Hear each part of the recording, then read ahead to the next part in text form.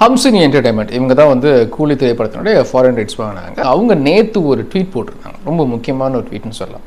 அதாவது கூலி திரைப்படத்தை பற்றின வசூல் நிலவரத்தை சில விஷமிகள் தேவையில்லாமல் தப்பாக திரித்து சொல்லாதீங்க, நெகட்டிவான ஒரு ஃபேக் ரிப்போர்ட் கொடுக்காதீங்க. சன் பிக்சர்ஸ் ஹம்சினி நாங்கள் 2 பேரும் தான் அஃபிஷியலான ரிப்போர்ட் கொடுக்கக்கூடிய ஆத்தரைஸ்டு ஆட்கள். ஸோ இதை மட்டும் ஃபாலோ பண்ணுங்கன்னு பொதுவாக மற்றவங்களுக்கு சொல்லிட்டு யார் யார் தப்பாக இந்த மாதிரி ட்வீட் பண்ணுறீங்களோ இல்லை வீடியோ போடுறீங்களோ அவங்களுக்கு ஒரு வார்னிங் அப்படின்னே சொல்லியிருந்தாங்க.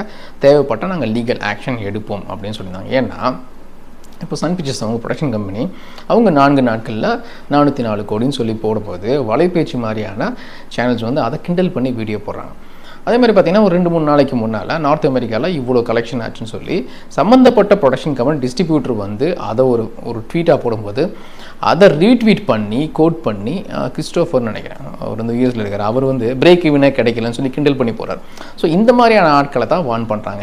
நாங்கள் ஒரு ரிப்போர்ட் கொடுக்கும்போது நீங்களாக அது தப்புன்னு சொல்லாதீங்க, அது பிஸ்னஸை பாதிக்கும் அப்படிங்கிற பட்சத்தில் we will take severe action அப்படிங்கிற ரேஞ்சில் தான் அந்த மொத்த இதுவுமே ரொம்ப கூலாக கேஷுவலாக போட்டிருந்தாங்க.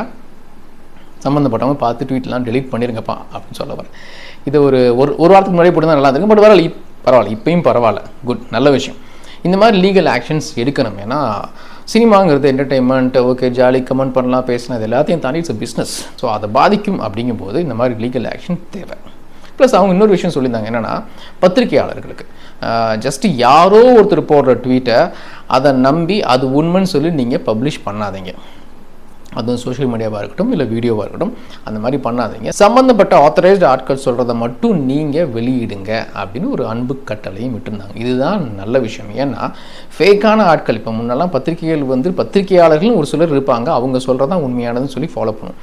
இப்போது எல்லாரும் சோஷியல் மீடியாவில் என்ன வேணால் போட்டுக்கலாம். ஒரு வெப்சைட் ஆரம்பிக்கிறது மேட்டரே கிடையாது. நீங்கள் ஒரு வெப்சைட் ஆரம்பித்து ஒரு உங்களுக்கே ஒரு 4 வெப்சைட் இருக்குது, ஒரு தப்பான ரிப்போர்ட்டை போட்டிங்கன்னா விக்கிபீடியா போய் பார்த்தீங்கன்னா அது உண்மைன்னு தான் சொல்லும். ஸோ இதெல்லாம் தான் முக்கியமான விஷயம், நோட் பண்ண வேண்டிய விஷயம். ஸோ ஹம்சினி வந்து ஒரு நல்ல ஸ்டெப் எடுத்திருக்காங்க.